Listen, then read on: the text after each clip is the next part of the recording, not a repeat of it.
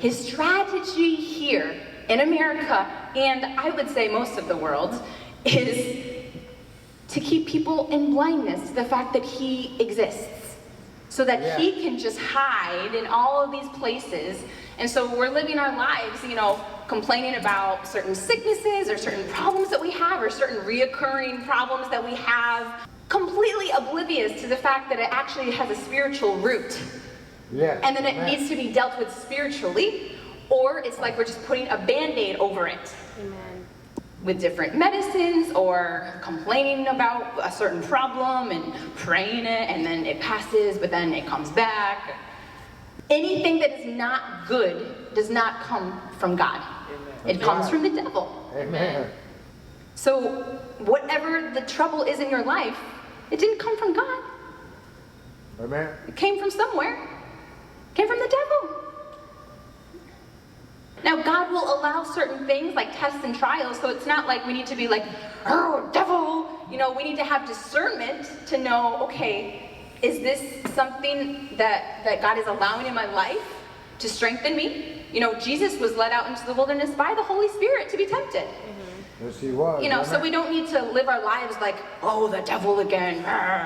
But we should be sober-minded, like Jesus was sober-minded in the wilderness. Yes, he was. Amen.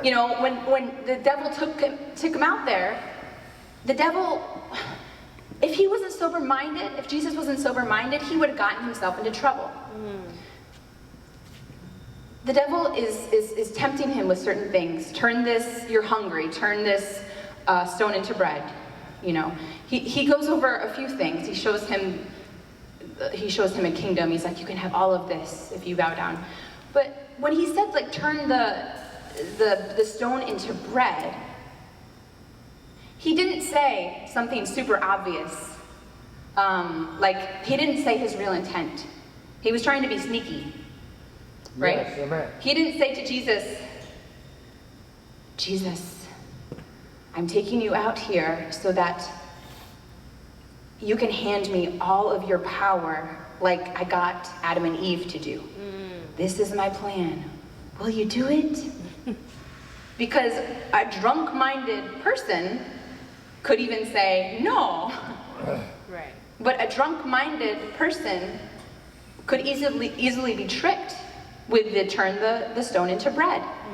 Because that doesn't seem too bad. It doesn't seem like you're going against God. It's not so obvious. You need to be sober-minded to allow the Holy Spirit to give you discernment in this situation. Amen. Oh, I see what's going on here. The enemy's trying to trick me. He's trying to make me go against spiritual principles, spiritual law that will make me be going against God, my Father.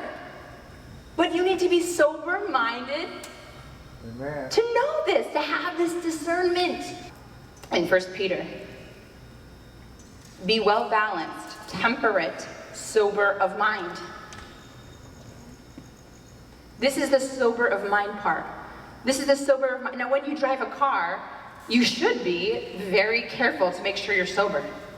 That's right, amen. You should be. There are some people who aren't, but you should be very careful and serious.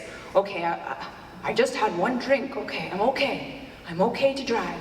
I really don't want to be not sober, because if I'm not sober, I could kill someone, hurt someone, get pulled over, lose my license for my whole life, be in jail. If I killed someone, I could be in jail for all of life. Like, these things, all these things are very serious to you. So that is why you're very serious about being sober before you step into the vehicle. Amen. What God would like for you and me to do is to be that way in the spiritual realm.